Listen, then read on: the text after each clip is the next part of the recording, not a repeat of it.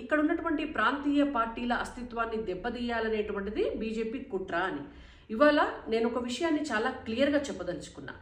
అసలు హైదరాబాదు తెలంగాణ రాష్ట్ర రాజధానిగా ఉండడానికి ప్రధానమైనటువంటి కారణం భారతీయ జనతా పార్టీ.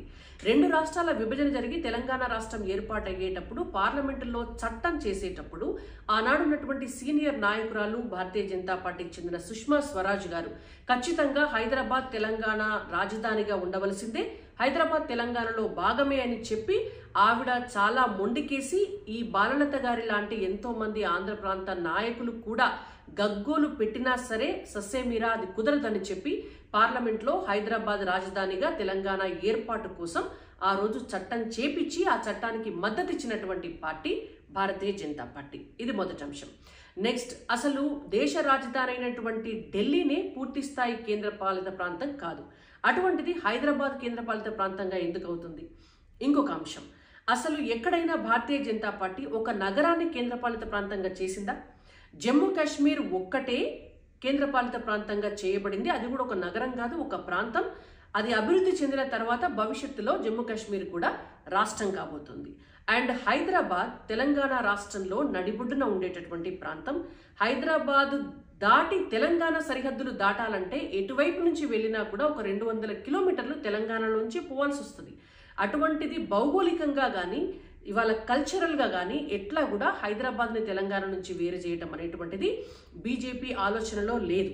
ఇది ఒక అంశం. అండ్ ఇంకొకటి, హైదరాబాద్ను సెకండ్ క్యాపిటల్ అనేటువంటి ఒక స్టేట్మెంట్ కూడా ఆవిడ ఇచ్చారు. అసలు ఎక్కడైనా భారతీయ జనతా పార్టీ పాలసీలో మనం చూసుకుంటే 1 nation 1 election, 1 nation 1 tax, 1 nation 1 ration card, 1 nation 1 market. ఈ పాలసీలో మేము ముందుకు పోతుంటే 1 నేషన్ 2 క్యాపిటల్స్ అనేటువంటి కాన్సెప్ట్ ఎక్కడి నుంచి వస్తుంది? పక్కనున్నటువంటి ఆంధ్రప్రదేశ్ 3 రాజధానులను పెట్టుకుంటేనే బీజేపీ ఎప్పుడు కూడా ఒక పాలసీ డెసిషన్ తీసుకుని దాన్ని సపోర్ట్ చేయలేదు.